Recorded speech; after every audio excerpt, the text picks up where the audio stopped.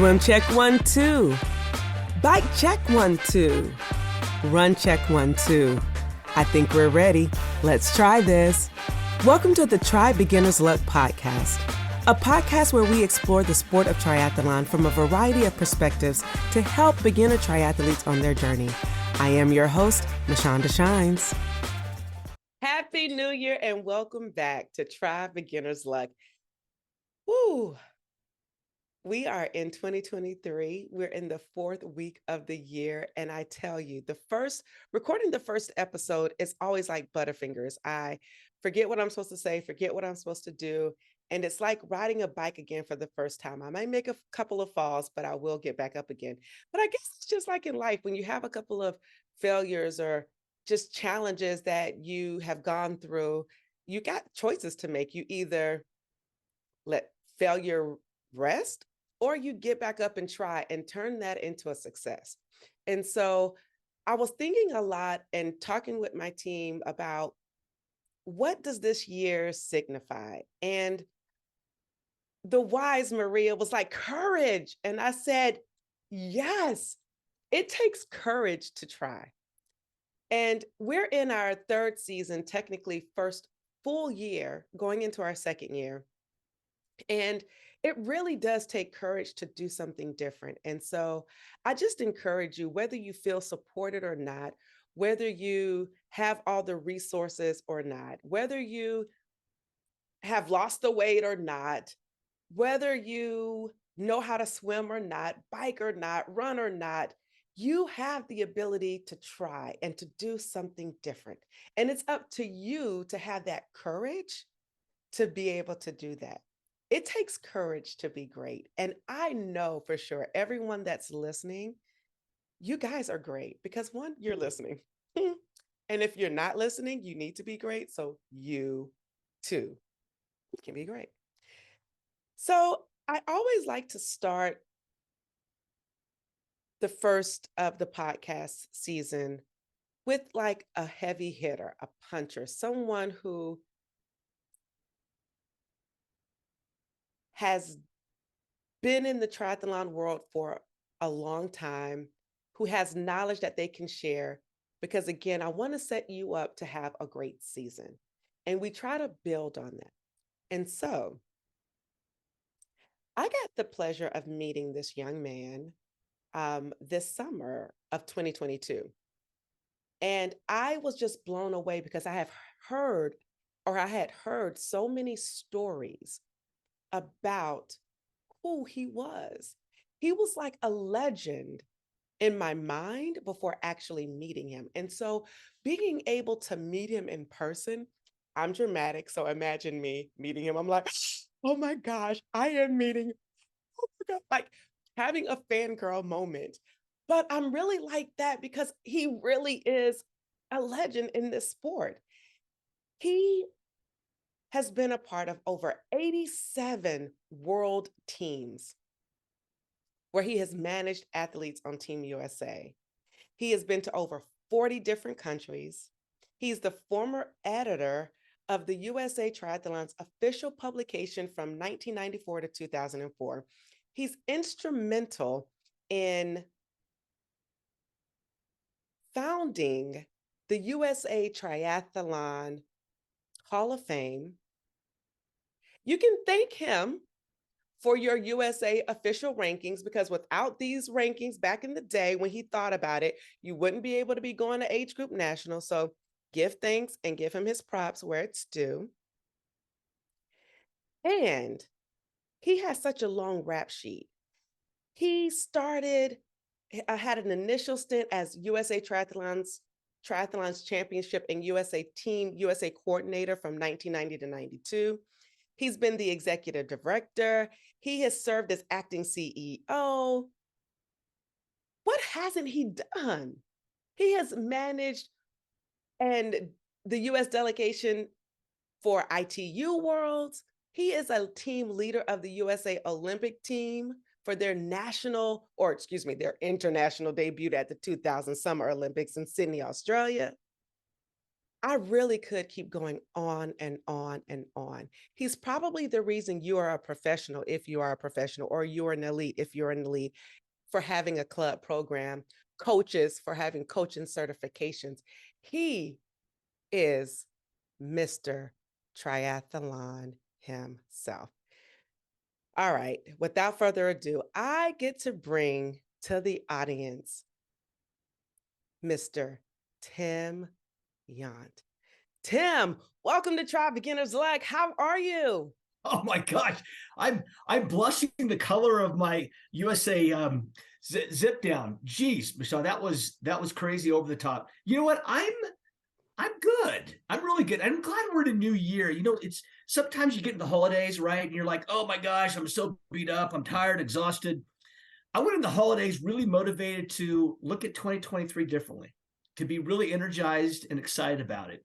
And so you really did make my week and make this month by allowing me to come on your show. So thank you for the invite and over the top introduction. You know, you mentioned courage in your introduction. I'm not sure I have enough courage to be here, but I'm going to dumb my way through it a little bit and see what we can do. Courage? What do you mean? You have all the courage. It takes courage to do what you love, even against probably the odds. And that's what, to me, what signifies who you are. And yes, I am over the top. That's who I am. And I am not making any concessions for being over the top.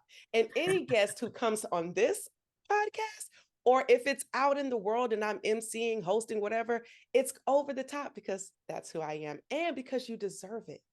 And honor is due always. So yeah, my ears are burning. I don't know what that means, but like as I was talking, it was just like my ears were burning. I was getting excited because I really feel that you have so much to offer people who may not get a chance to touch, see, or be at an age group nationals or go and qualify for you or worlds.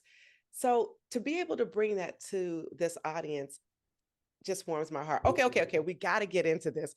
So take me back to when you knew you wanted to try triathlon. Like, take me all the way back. How did you even learn about triathlon? Well, it's a great question because I've always been an avid outdoors person, right? I've always been I was a runner in high school. I was a cycling fanatic. I loved to ride. I wasn't always fast, but I just loved to do it, right? And I didn't really like swimming, but I'd go to the pool as a kid every day and swim. And I was in the swim team for a year or two. And so it's always kind of been part of my DNA to maybe do something in triathlon, but we didn't really know anything about triathlon when I was growing up because it really didn't exist at the level where I felt like I could do something.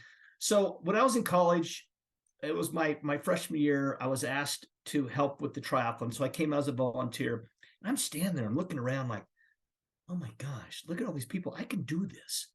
I know I can do this. So the next year I said, well, let's do a relay. And then the third year, I said, I'm going to do it on my own. And I did it on old rusty, it was like a miniature 10 speed at the time. It was pretty gross. But I did it and it was fun and I enjoyed it. And I kind of got the interest to maybe do a few more. So I did a few other races in that area where I was in Kansas. And so there weren't a lot of options back then. But that was it. That was when I got the fever. And it was just something I didn't really want to or feel the need to excel. I just wanted to participate, be part of this brand new environment of triathlon, whatever triathlon was. You know, for all I can remember, I probably pronounced it wrong, but it was still fun.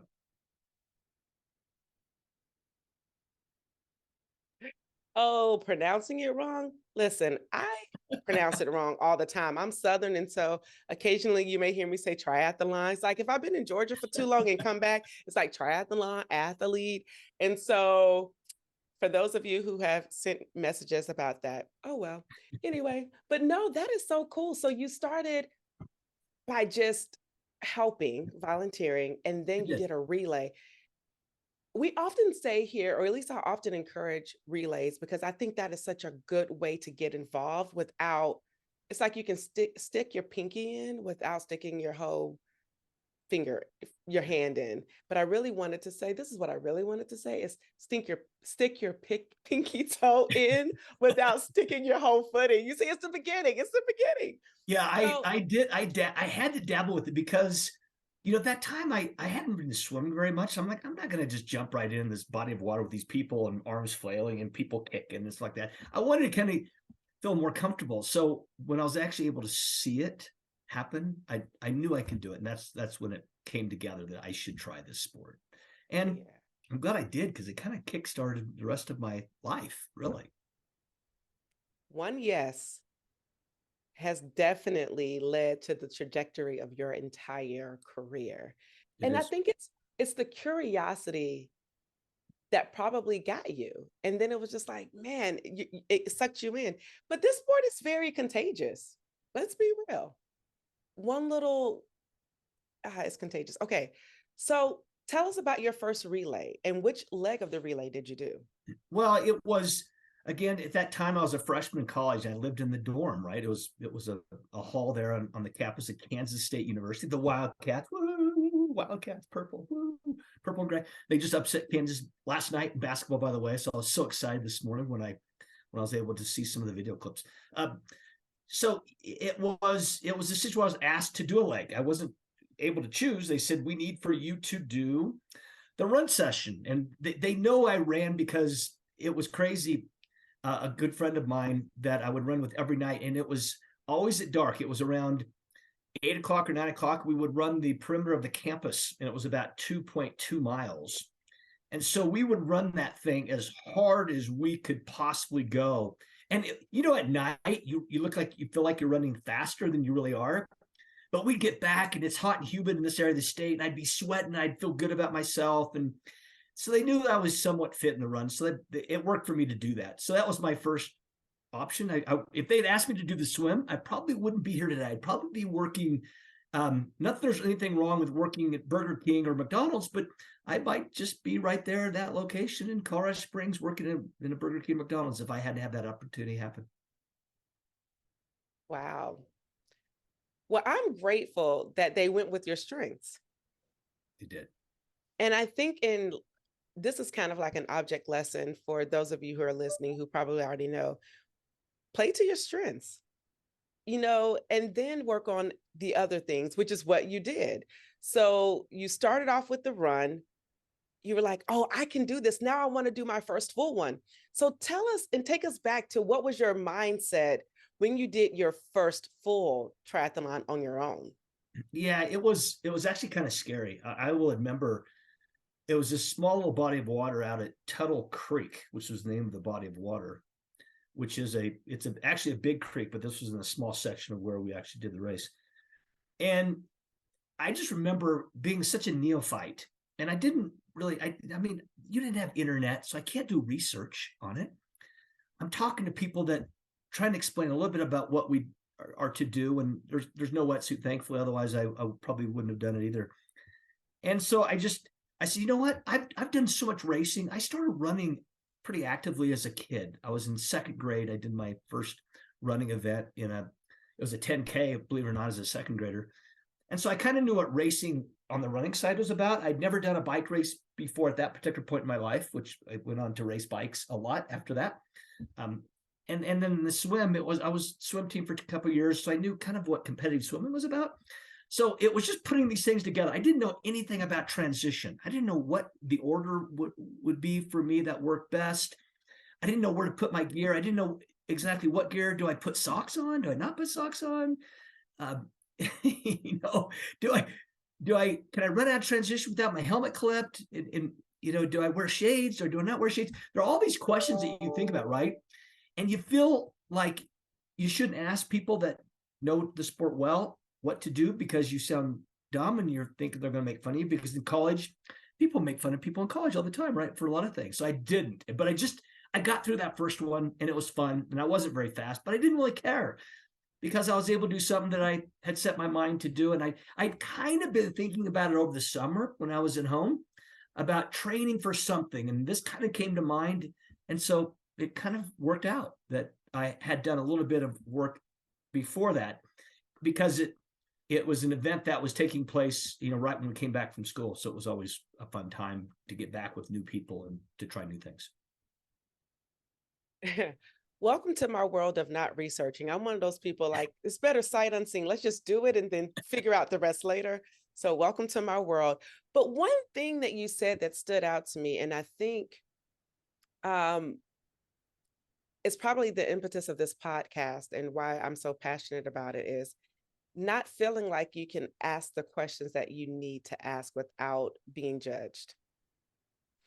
And how many people haven't stepped out to try because they're scared to ask the questions and they haven't yet built up the courage to do so yet? Have you found that people who come up and talk to you and tell you their stories or ask questions, what is it that they ask most of the time when coming to you for information about the sport? Well, there's two kinds of, I put in two brackets. There's the high-end Team USA athlete that will tell me some incredible stories about what they've done to the season and whatnot. And then there's the national caliber athletes. When I go to nationals, they talk to me about all the things they're doing and how fast they are, which is great. I love talking to the many people. And you were at nationals this year, so you were able to take all that in too. And there's some amazing people that come to these events. And then there's this other side of the sport where I have a chance to talk to some of these clubs. And at these club sessions, everybody has a similar story, what you just said, that I was afraid to ask the obvious questions. And I say obvious because they're not obvious if you don't have the answers to them, right? They're not obvious at all.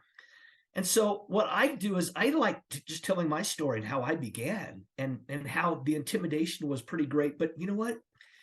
We all have a little bit of courage. You opened with that word courage. We have a little bit of courage to kind of step forward and step off and know that it's probably going to work out just fine. And it does. And it did. And it has. And every person just needs to take that first step. And then it goes to 10 steps, and then it's 30 steps. And then you get a little bit more advanced. You do your first race. You're really excited, energized. I will always remind people of this. Doing that first triathlon, you'll rarely not do another one unless your first one and your only one is an Ironman. Your first triathlon, whether it be sprint or Olympic or whatever, usually leads to another one. It leads to another one. It leads to another one. And that's what makes this sport so great, is that you build on those feelings of self admiration, worth, and accomplishment, that it makes it easy for you to do that next race. All that, and it wasn't even really seen and heard because I was on mute. I'm gonna do it again. Bam, that is a golden nugget. I dropped a pin as if I was dropping the mic. Because seriously, if you build up to it, you will continue and fall in love in the sport. Even if you build up to it, you get to the Ironman distance and you fail twice, you're still going to fall in love with it because you know what it feels like to finish. And you just got to keep coming back and doing it again. Obviously, I'm talking about myself, but it's okay because I'm not afraid of my failures because those are going to make me stronger. However, I will say the self-worth part, it's like it helps you to build that confidence of who you are, the admiration and the confidence. This sport really just is parallel to none. So I just need to throw that out there. That was good. I would say I just got goosebumps when you said that. You know why? You know how many people have walked up to me to say, this sport saved my life. This sport saved my life. I had tried everything. I had done this, I had done that, and I just wasn't finding happiness. And all of a sudden I found triathlon. Yeah. And you don't hear those stories. You know you have something pretty great in a sport when you can save a life or lives, or people see what happens, the transformations that people have gone through with their lives. I would not trade that for one thing ever. And that's why I never have any regrets about where I've been and what I've gone through, because that is the story that is worth telling over and over again. I could not agree more. So many people and let's quantify this. Tim has talked to millions. I've talked to maybe a few hundred. And everyone that I've talked to has had, this sport has had a positive effect on them. And some people can't do it anymore because maybe they moved, lifestyle changes, things happen. But guess what? They return. This is a sport where you can just come back and return. Okay, I've gotten so far off. Did we talk about your first race by yourself? We did. And yeah, it was fun. Thanks for bringing me back 30 plus years. Yes. Okay. Like I got so far into it. I was like, so far into it that I'm like, wait a minute, did I pull myself back out? Ooh, pull myself back out. Okay, so your first race you did all on your own. Was it a sprint race? Was it an Olympic? The distances were different. It wasn't a standard sprint like we might see now, 750 meter swim, 20K bike, and a 5K run. And I can't remember exactly the distances, but it was very sprint-like, and that would have been the only one I would have done. I would have never done an Olympic distance race in my first shot. Just wasn't in the cards. So, yeah. And it's also smart. It's also smart.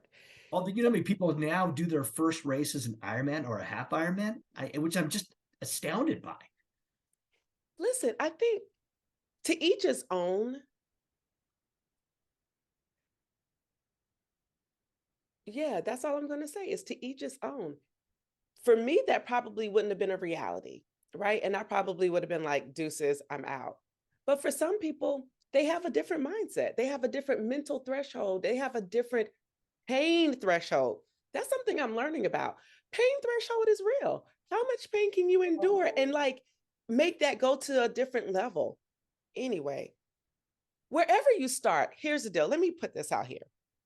Wherever you start on your triathlon journey, it's yours. Own it. Be bold with it. It is your journey. You may start at the iron distance and then want to come back to the sprint and then do the middle distances between the Olympic and the 70.3. But no matter where it goes, you're going to find a sweet spot. And it's up to you to find and determine what sweet spot that is for you. Now, back to you, Mr. Triathlon, Tim Yount. I don't want to assume that running is your favorite, but what is your favorite leg of the sport? It's interesting. The amount of running that I love doing growing up, because I used to love, I've done all sorts of different distances and I just really enjoy it.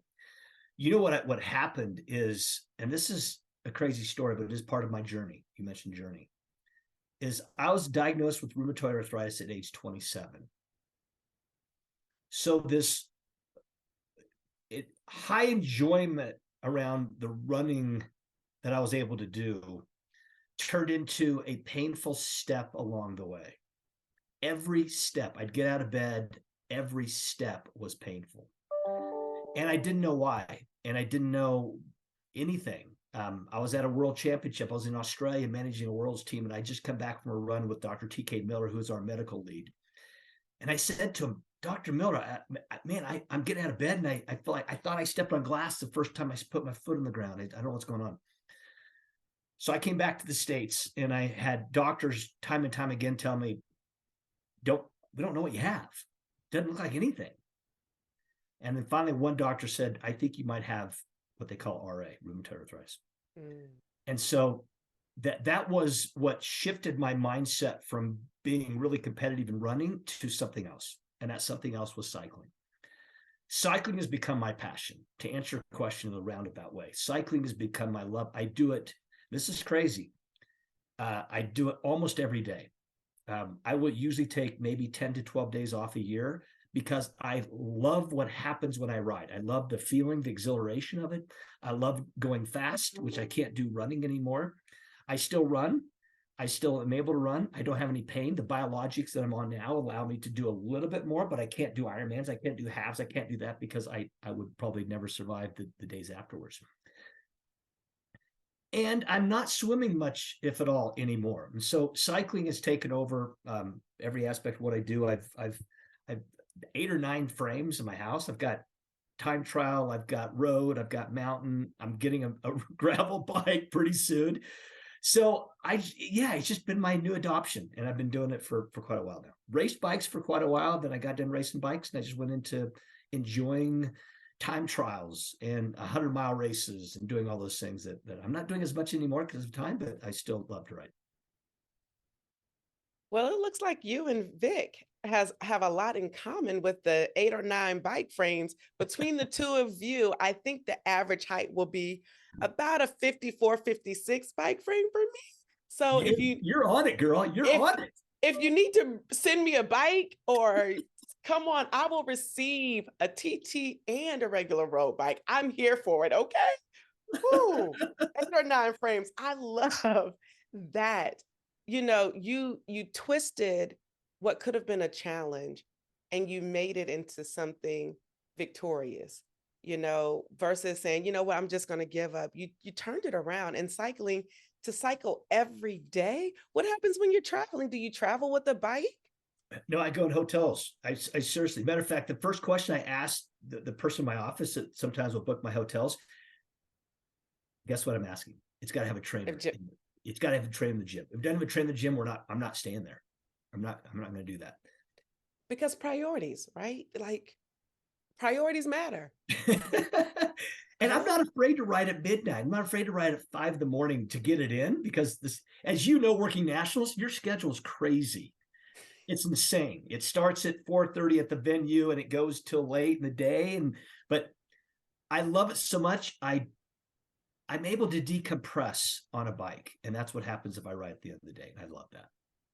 I love that you do that. And you're right. I was at nationals this year. I was training for a race, and I had to figure it out between, the early call times and being able to hang out with friends who were there. And it was like, hey, I got to get up with you later because I have something to do, but yeah, it's all about your priorities. So what I hear from this is that when you're traveling, no matter what it is that you do, find a place where you're staying that will be suitable for your needs. And if you've had a diagnosis that the doctor has said, oh, you can't do this, there's always a win in the multi-sport world. You can always do swim, bike, there's just always an alternative. So you don't have to take their diagnosis as your final answer, because there's always something that you can do. You're right. Matter of fact, there's a process we all go through when we grieve, right? It's learning the information. What have they been told? Okay. When the doctors say you'll never run again, I say, okay, I'm hearing that. Try it. It's not going to happen to me. And I still run. You may not be able to do this again. Okay. Remember that? Try it. Load me up. What else I'm not going to be able to do, because I'm going to prove you wrong. I'm going to do it. That's the mindset I see so much in triathletes, that try to drag me down, but it's not going to, because my mindset is going to provide a win and victory every time. When that's the battles we go through are overcoming the doubts. And I think that's what makes us stronger. And that's how we elevate our confidence and our ability to succeed in life, because it all impacts every aspect of what we do, how we raise our kids, or how we work with athletes, or how we talk to parents, and how we do all these things. It's all related because we can overcome together, and we work together, and we make it happen. That's, I will say this. Somebody asked me a couple months ago, would you ever change it? Would you ever wish you never had rheumatoid arthritis? You could be doing these Ironmans and stuff. I said, no, because it allowed me to reflect on what I felt I needed to overcome first. And now I get to tell the story of how I was able to do that. And a lot of people have arthritis, but rheumatoid affects the joints. Look at my crooked fingers, fingers, toes, elbows, neck, back, shoulders, everything affects every part of it. But we overcome it, and I'm not in pain. And the exercise, I've been told by many doctors, is what saved my life. It's what made it different than someone else that says, I've got rheumatoid arthritis, I'm never going to work out again. If they did, they would find solace. They'd find a solution to the issues that they're having. They just don't know that. I mean, I'm not always speechless. But in this moment and hearing what you said about you wouldn't change your diagnosis because it allowed you to overcome, you have no idea last season was about overcoming, overcoming. And being in this sport, you will have something to overcome. And if you haven't overcome something on the course, it's familial, financial, emotional, spiritual, but you will overcome something.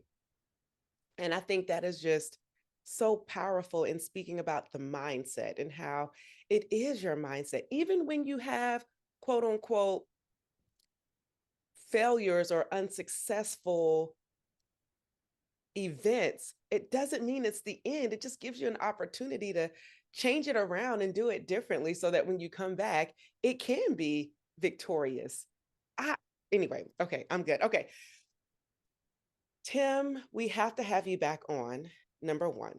Number two, I want to switch us and move more into your role at USA Triathlon throughout the years and how we can get people, because this is the start of the season, thinking about perhaps age group nationals, relays, whatever it is that they can so that they can be a part of the ranking system that you were so generous with giving us and initiating back in the day. So tell us about what it is that you do right now at USA Triathlon. Well, and I'll kind of talk a little bit about what I was doing right before the holiday break. I'm really fortunate that Rocky Harris and Steve Locke and Rob Urbach and all these previous CEOs really granted me the ability to do a lot of different things within USA Team. We kind of talked about that, the opportunity to shift gears and move things around at different points in my career. So coming up to this break, I was actually overseeing 3 different parts of our business. The first was our customer service and engagement part of our business, where if you have issues with anything, you call our team and they answer it. That's part. I still oversee that group right now. Our education, led by a really functional team that's going to be really busy next week as we get into Endurance Exchange, and I had a chance to work with that team. And then our events team, where I work with all of our national events and our officiating program and all those things. Plus our rankings, which falls underneath that, our clubs, which falls underneath that. I started with another person, our NCAA program back in 2014. And so I've had my hands in a lot of different pots within USAT right up to this point of the break. When Victoria Brumfield was able to be hired as our new CEO, I love her to death. She's awesome. She's a great leader. And I'm excited to be working with her moving forward. She said to me, Tim, we're going to shift to gear. The pandemic annihilated our high school program. We started this past year with 4. We were down from 132 to 4 programs. I need you to build that out.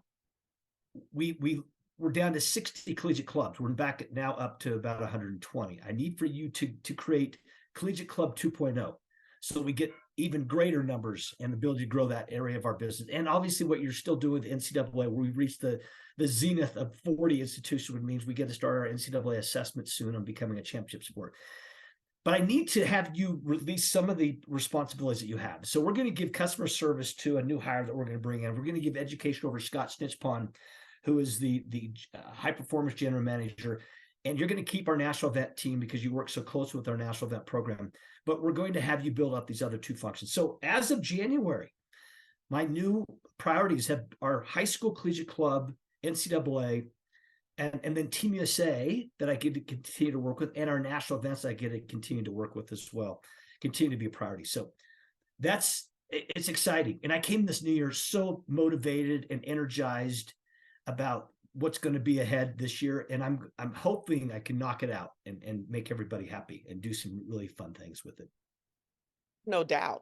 There should be no hopefully. You just be like, well, I am going to knock it out. I've done it before. I can do it again. Same Tim that did it then, you can do it again. Oh my gosh, that's so exciting. So I've been seeing a lot of buzz on like my LinkedIn and just in the different networks that I'm in about high school. Hey, do you know anybody who has a high school person here or there? And so I didn't understand but I guess now I should know because you are really, again, at that in the nucleus of building the high school collegiate club, NCAA, and of course you can't let go of your baby, Team USA, and the international, because I mean that will stop your traveling streak, and we need you at all countries by the time you decide that you're ready to move on. But goodness, this is so exciting. So what are some things that you're doing um, to build the programs? And it's only right for Vic to say shift a gear, because why not? I love it. But go ahead, tell us what you're Yeah. doing. Well, the high, and we are still building that plan right now, but the high school plan is it's going to be built on kind of a different structure. We're going to call it a high school plan, but it's going to be more about recruiting high school age kids who've maybe been dropped from a team, who've been said, no, you're not going to be part of this track and field team. You're not going to be part of this swim program. You're not going to be part of this basketball team. You're not going to be part of this football team. And giving those kids the opportunity to be part of something that will, as we talked about, change your life. That's at the crux of this. That's at the you talk about the nucleus. That is really why this is so exciting, because we're going to become an answer for many kids that have been told, step away, step off, and don't come back to our sport because you didn't make the cut. You're going to make the cut in triathlon, and we're going to make sure that happens. So we're going to be building this out. We're going to be leveraging all those people we know to step in and step up to help us find and identify those high school aged kids to be part of a club program.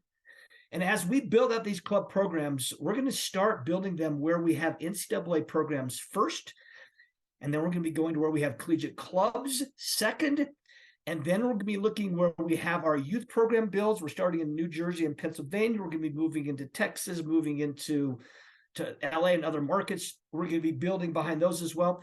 And we're going to be hitting diversity markets hard, where we're going to go into these inner cities, and we're going to be creating these club programs. We're going to be finding donations of product and equipment that will make it whole, so that no one can ever say, I can't do this because I don't have a bike. I can't do this because I don't own run shoes.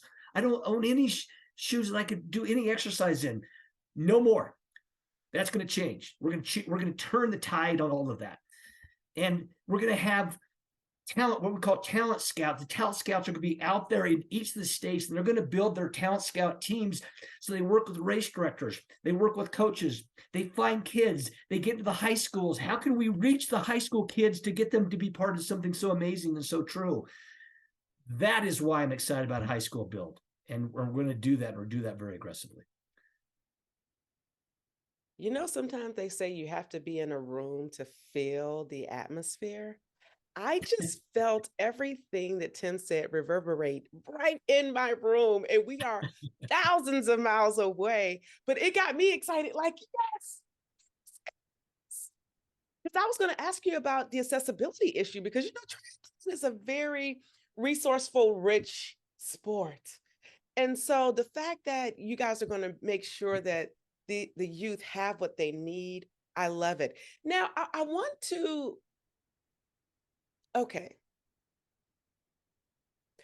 ask about, because I had an opportunity to interview some youth groups and some youth on last season. So if there are people who are already out here doing it, how will we pour into them, perhaps to keep them invested in going in it and going in sport? Yeah, no, you're exactly right. There are some people that have done it for a long time, that want to continue to do it, that don't want us to lose sight that they've been visionaries in this movement, and they've created these pathways for these students, these kids, to do what they want to do in the sport. And so what we're going to be doing is we're going to be supplementing and supporting what they've already created. We're going to be telling their story. How did you build this? What were the key parts? Where were the triumphs, and where were the dips in the valley that you had to come out of? So where did you have your issues, and where did you have your concerns, and how are you creating the funding model to be able to afford to have your club? And where do you see USA Triathlon being of greatest aid to you as part of it? Is it education? Is it club support? Is it whatever it is that you have? And that's really where it is. It's recognizing and honoring them. It's putting them on a pedestal. Say, you know what? You guys are leaders for this movement. And as leaders, we need to make sure that people know who you are, why you did this, how you did this, and tell the story. And so storytelling is going to be part of a lot of what we get to do. I'm here for that. I am speaking specifically for the youth who are out here on their own. And I'm speaking of like the three young girls who are in Montauk, in the northeastern region of the world. And we have a young lady here in DC. And they've had to like find resources. So if there are youth that are already here who may not be in that market, how can we reach them to say, hey, USA Triathlon has this program, reach out to them to perhaps so that we can continue to get them and keep them, I should say, keep them involved versus them dropping out to another sport. Yeah, no, and my apologies for thinking you were talking about the coaches that started. But that still was good though. That was good. We needed that information too. That was good. Here's what, and I want to kind of go back to when we first started talking about high school triathlon, we reached out to 2,400 certified coaches within USAT. And we said to them, how many people would be interested in working with us, not necessarily leading it, but working with us on a high school build? We had 70 people respond. Wow. We had a Team USA push that we did. We had another 30 people respond. We have now the stepping off point for coaches and Team USA members and many other members when we create the plan and push it out there, who are going to step up, and they're going to get to those athletes in Montauk, New York, or Montauk, wherever Montauk might be, if not New York. And we're going to be able to identify others that just have a need and a desire to be active and to try the sport for the first time. We're going to be there. Matter of fact, I'm going to be flying to various locations where these various student needs exist. And I'm going to be having conversations with teachers in their school. I'm going to be having conversations with coaches in the area, having conversations with race directors that put on events, whether it be youth events now or adult events. We're going to be talking to clubs, adult clubs, and how the adult clubs can adopt these young kids to be part of a brand new extension of their adult club, which is a youth or high school club program. And so with over 1,000 clubs at USAT, we also have the ability to reach student athletes. And the club model is an amazing model where they will help get reduced entry fees for kids and people to participate in. They'll get product support. They'll get local community support. They'll do all these things. It's the most, I would say that the best first step that we will take, and then we will build other clubs around them so that we have enough clubs in the area to support all the needs that we have, whether it be equipment, coaching, education, social media support, insights, and just being there for these kids.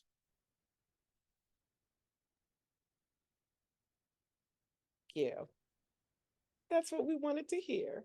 And you gave us even some more. And I really like how the integration with the local community will happen in terms of the adoption of these athletes who, might have been looking at Heather Jackson on YouTube and was like, I want to do this. And they just start doing it on their own. Shout out to, and then they come back and are able to connect with an organization, a club. Sorry, my brain. First one, y'all give me some grace. I was drinking Drippy Kaylee. Anyway, me and names, it escapes me. However, I want to ask you, for those who are, again, wanting to perhaps do age group nationals and start the ranking system, what is the process for them and how do they start to get rankings? What does that look like? Yeah, for triathlon, to get a ranking, it's 3 sanctioned events. And then if you do a 4th event, you drop your lowest race. You do your 5th event, you drop your 2 lowest races. And so just competing in sanctioned races, and we have thousands of sanctioned races. We have, matter of fact, 4,400 races by the end of the year that will be part of our system of events that people can do. So finding 3 races should not be hard. Rankings opens the door for a lot of other things to happen. But to also build on what your question was about, if you are thinking about nationals, the first thing I want to say is nationals is not out of reach for a lot of people to be able to do. right? If you go to one of these sanctioned events I talked about, 15% of the athletes in the age groups are going to qualify for nationals, right? So 2 of 10 will qualify for every race in America that sanctions this year. The second part of that will be all the athletes that qualified last year are going to meet auto qualification again this year. So if you said, wow, I'm lucky I did qualify, I don't have to re-qualify again this year because you already met it once. If you compete in one of our 50 state championships, the top 35% of the people in the age groups will qualify through our state championship. And very exciting, very new, an amazing new program we're going to have. We don't have regional championships anymore. We have state championships. And so athletes are going to be able to qualify through that avenue. If you were a finisher, one of these 6,800 finishers last year, you're going to auto qualify through those means as well. If you're part of the world's team, what we call Team USA, you're going to automatically qualify again this year. The door is open fairly wide for you to be able to do that again. And then the All-Americans, who are the top 10% of the rankings, are going to be able to qualify for nationals as well. So when we hit our 7,700 athletes we're going to hit this year, there's going to be a reason why, because people have been looking at how they can qualify. They meet the qualification, they get to the incredible Milwaukee venue that we have, and they will be part of history because it will be the largest national championship we've ever seen in the history of our sport in America. That is interesting that you broke those numbers down really good. I'm not going to even try to break them down, but I want to build on that. So you mentioned something about worlds in there, and you mentioned something about All-American, 10%. Now, are these different qualifications? Is worlds different from All-American, and All-American, like, how does this all work when it gets to those who want to qualify for Team USA?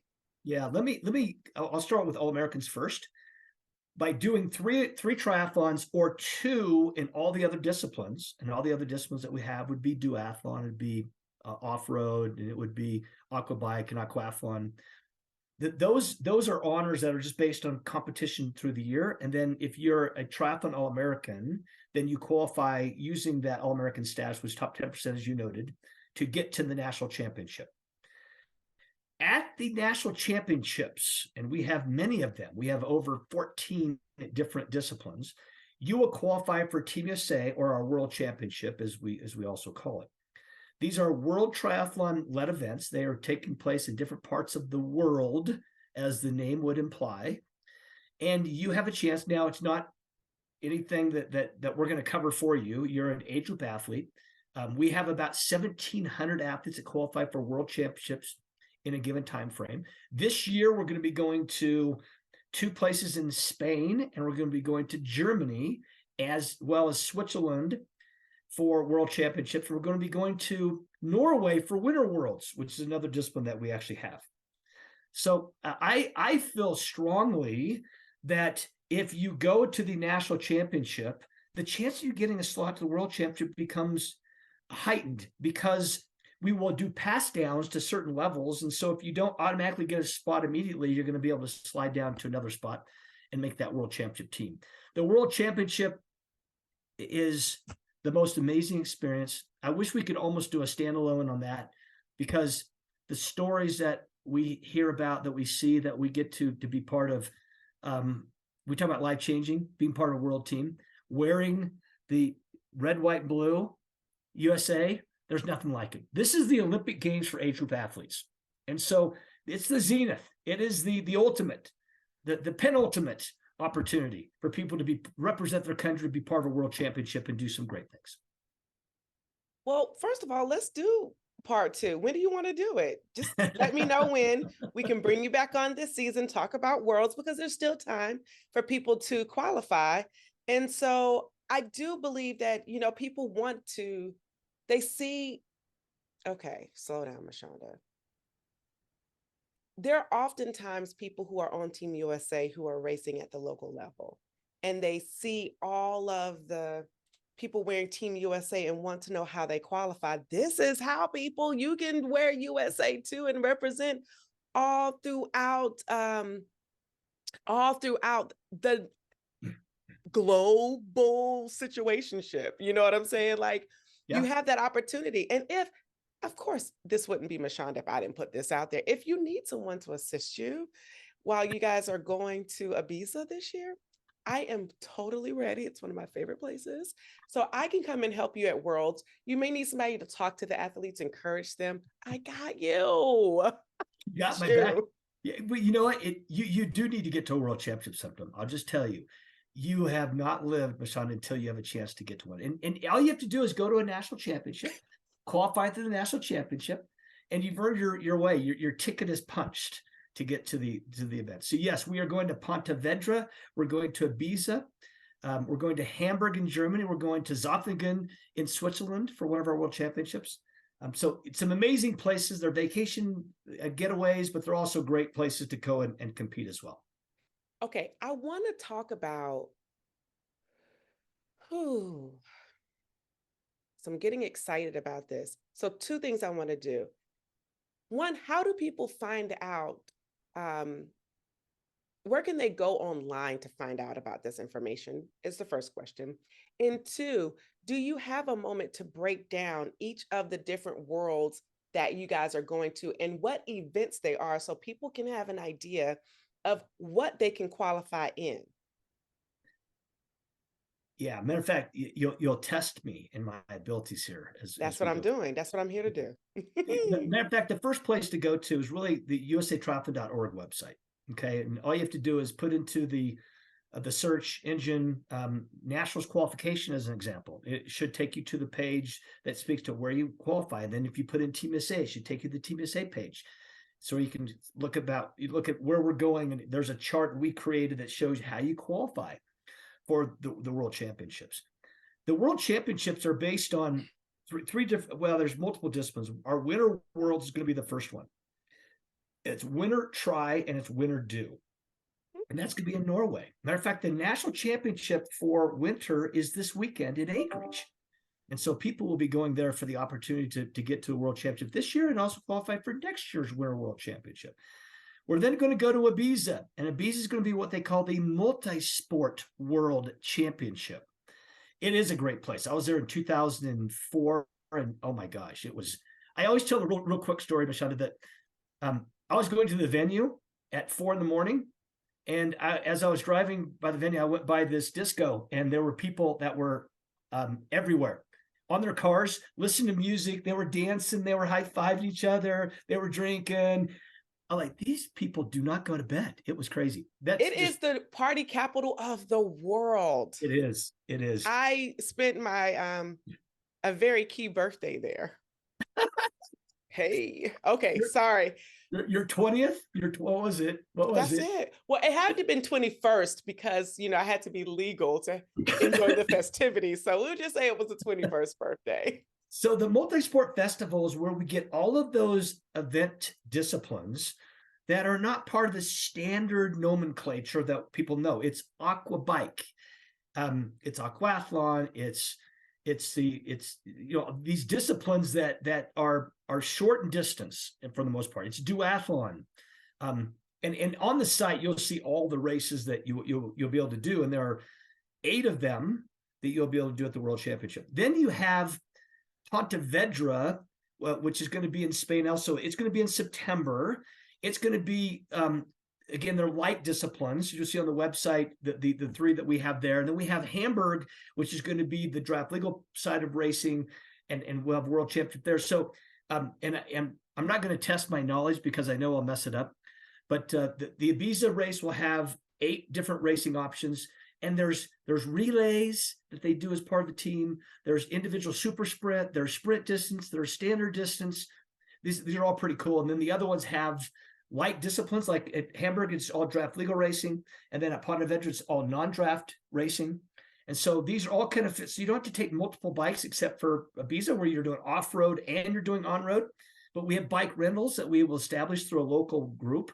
So you don't have to take 2 bikes. You take 1 bike, you rent the other one. Usually it's the off-road bike that you would rent. And then we have a support staff at these events. So we take care of you medically. We take care of you with massage. We take care of you with chiropractic support. We take care of you with coaching support. We as the team lead, the managers will walk through all the things you need to know about the event. We'll do course previews. We'll do transition walkthroughs. It's amazing. It's like being on your Olympic team, except you get to do it at the age group level. So relays. That's when I perked up. Like, wait a minute. mixed So, relay. So where do mixed relays go to? Because I don't remember seeing mixed relays at Age Group Nationals. Is that the one that's in Austin? I mean, that's in Texas? That's when it's in Irving. In Irving, excuse me. Yep. It's the one in I got to make sure it's Irving, since the people there will be very mad at me if I say Dallas. So, yes, but that is correct. And, we made the mistake of thinking that World Triathlon was going to do mixed relay for duathlon as well. So we had this group of about 80 athletes qualified for mixed relay for duathlon, and it's only for elites, juniors, and U23. So I'm hoping next year we'll get mixed relay for duathlon. But right now it's for triathlon. It's super sprint, it's fast, it's high intensity, it's all the things you'd want. People tell us when they did it in Irving this year, it was the most exciting racing they'd ever done in their entire careers. It was the bomb. And I think that's what we're doing in this sport, is we're not relegated to staying true to the disciplines and not being experimental and try new and different things. We're really opening the door for these people to come back. You talked about that earlier. People walk away. Are we getting them back? Are we getting them into aqua bike? Are we getting them into aquathlon? Are we getting them to relay options? Are we doing super sprint races for them? It's happening. And this, what I call the reincarnation of our sport, is changing how we're looked at, and the ability for us to do new and different things is bringing people back. And that's why the numbers are going to go through the roof over this next couple of years because of it. Bring them back. Bring them back. Yes. Of course, I associate a lot of things with music, so I'm just like getting so excited. Wow. So just to sum this up, because that was a lot, USA Triathlon also puts on events. So go to their website to find out how you can participate in the events that have some qualification for worlds, but then some of them are just races. Yeah. So you are able to do that as well. And that gives you that, it's an elevated race experience that you may not get at the local level, but it's a step up to make you feel like you are racing in a celebrity type situation. So I would say definitely check out their races.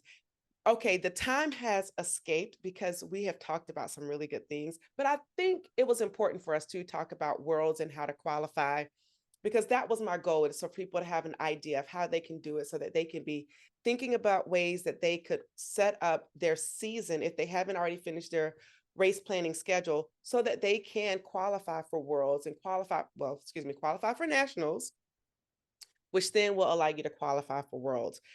But I cannot let you go without asking some rapid fire questions. So we will have you back, and maybe while we're in an event together next week, when it's at the same time this will air, because we are recording early, we can maybe get in some little punches here and there where there's time, because there's really so much information that we still can talk about that we really did not even scratch the surface on today. So rapid fire, are you ready? Yeah, I'm nervous. Oof. I think you should be, because I got some new rapid fire questions. Yikes. Because I'm sure my listeners are like, Mashonda, come up with some new questions, girl. So I did. I answered the questions that nobody said to do. No. Okay. So I want to first ask.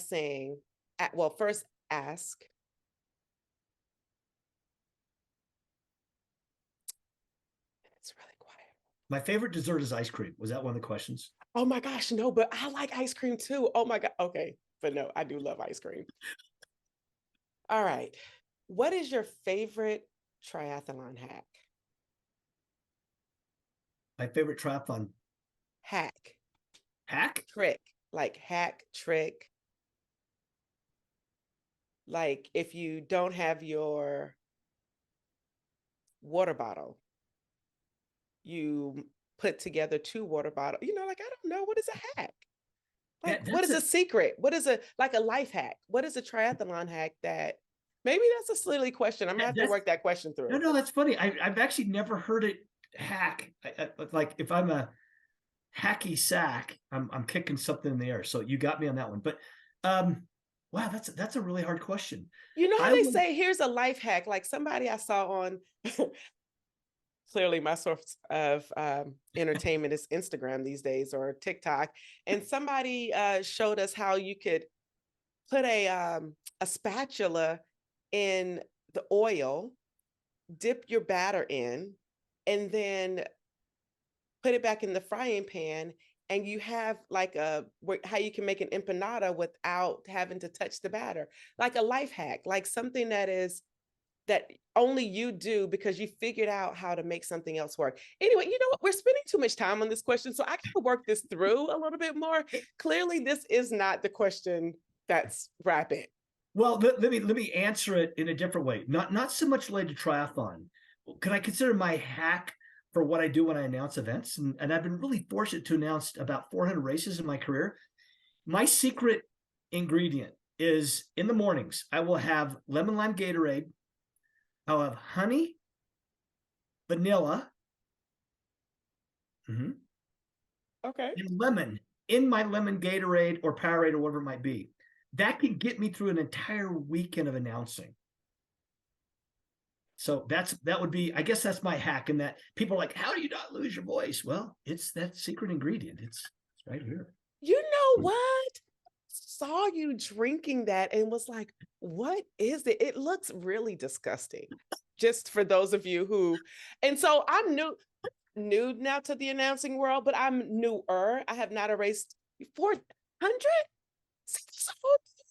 25 years ago, we Oh my had an announcement that gosh. didn't show up for one of our events, and our CEO at the time, Steve Locke, said, Tim, I need you to announce this race. I'm like, oh, okay. And it got me rolling. So I do all of our national championships, and I do other events for other people that I love doing when I have time. But yeah, it's I love announcing. It's fun. Wow. You're so good at it. I should be taking lessons from you on what you do. Well,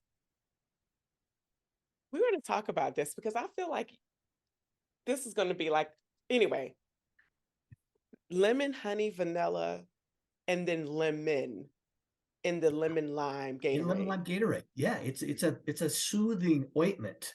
Now, granted, it has fallout effects if I'm over consuming, but I won't get into that here. I'll go through 6 bottles of Gatorade, 6 32-ounce bottle of Gatorade in a given day. Okay, well, let's move right along there. We'll talk about that offline. Do you have any race or race announcing superstitions? Um, I I do have some superstitions. Matter of fact, I will wear the same pair of running shoes each day, certain days of the week. First day is always my Saucony running shoes. Second day will always be Brooks running shoes, and then I go back to Saucony if I announce the third day. It's my relief that we're going to be okay. When I actually present for NCAA, I have a pair of NCAA socks. So I am superstitious, what I'm saying. I'll wear the NCAA socks every presentation I will ever do, and I've done probably 150 of them in my time. Same pair of socks. I need some new socks, is what I'm saying. What? So maybe my questions this year aren't so bad after all.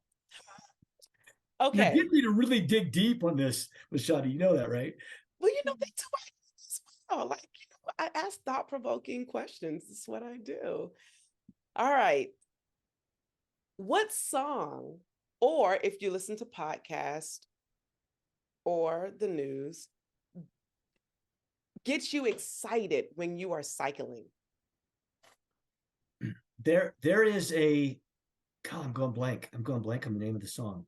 It's a 7-minute, 22-minute song that is acoustical only. Oh my gosh. Why? The name of the song is Why. Okay. And it is a song that I do intervals, right? And I finish with this song because it's my last interval. My last interval usually is at 7 to 8 minutes. And it is a game changer for me. I love it. I've played it for years and years and years. It's on my playlist, and it'll never be taken off my playlist. I don't care for how many years I continue to do this. But yeah, the song is called Why. Called Why. Give me 3 of your favorite destinations that you've traveled to for work? Perth, Australia. Okay. That would be one of them. Weyer, Austria would be another one. And I would have to say that the other one is Christchurch, New Zealand. It's so unique. It's such, the food is amazing. Those would be my three best. But you know what? There's a lot of them there, and I won't go into this today, but I've got a lot of fourths and fifths that are really close as well. When I talk about Team USA and World Championship, I talk about Switzerland being an amazing country that I love going to. This year, I was able to go to Abu Dhabi for the first time, which was amazing location as well. So there are other ones that are really close, but those three probably still hold true as my favorite locations. Okay. What is one piece of advice that you want beginners to know? Stay true to yourself. Never give up. Just never get, kind of like Jim Valvano, the coach who died of cancer, he says in his clip, just never give up. Always know that, you talk about the brain will get you to 80% of your full abilities and ability to accomplish things. The other 20% is heart. And you got to dig into the 20% in order to really exceed your own established limits, or what you believe are your limits. And I would say that never give up. I'll always know that there's just a little bit more that you can give as part of this. And when I go to World Championships, I'm at the finish line area, and I'm yelling at people, you've got one more gear. You've got one more opportunity. Don't give up. Don't give up. Fight hard. Fight through this. And I believe in it. I live it. And so I love that. And I'll stay true to that. The other thing that's a true phrase of mine is pressure is a privilege. Pressure is a privilege. We position ourselves in the places that we are, whether it be performance, whether it be presenting, whether it be your job, whether it be anything, raising family. The pressures we put ourselves into, we've earned the right to be in those places, in those positions. And that's why, remember, we've earned this right to do what we do and how we do it. So. And amen goes there. Last question. When you were racing, when you are still racing, do you pee on the bike or get off and take a pee break? I love the question. I will say this. When I crewed for a guy in the double Ironman back in 1989, that was the first time I was forced to pee on the bike. Oh, it was so hard, but yeah, that was the first time. I haven't done it many times since. In bike racing, you also stand up and you do what you got to do, right? And it's pitiful because you got people doing it right around you. Everybody decides to do it at the same time. And if it's a windy day and the wind's blowing wrong, and you kind of get, but yeah, I don't do it nearly as much as I used to because it's really bad on bike shoes. Facts. Well, thank you so much for joining us. We have gone a little bit over our time, but I hope you listening have been like, or watching have been like, this was worth it. It was so worth it to hear you talk, Tim. And I hope that you will come back this season specifically so that we can talk more. And maybe we'll bring some of those people on so they can share their stories about Worlds when you come back. I think that'd be awesome. That's what we'll do. We'll round up a couple of people who have some really good World stories, and we'll have them back on when we can talk a little bit more about it in the next couple of months or whatever. But as you know, we're so grateful that we get an opportunity to try, right? Because whenever you try, you always win. No matter what the outcome is, you still win because you gave it your best try. I'm Mashonda Mouse, and we are out. See you soon. Peace. Bye. Thank you for tuning in and listening to this episode. We need your help so we can continue to try at TBL. So for more information on where you can find and subscribe to this podcast, visit www.trybeginnersluck.com. And don't forget, whenever you try beginner's luck, you always win.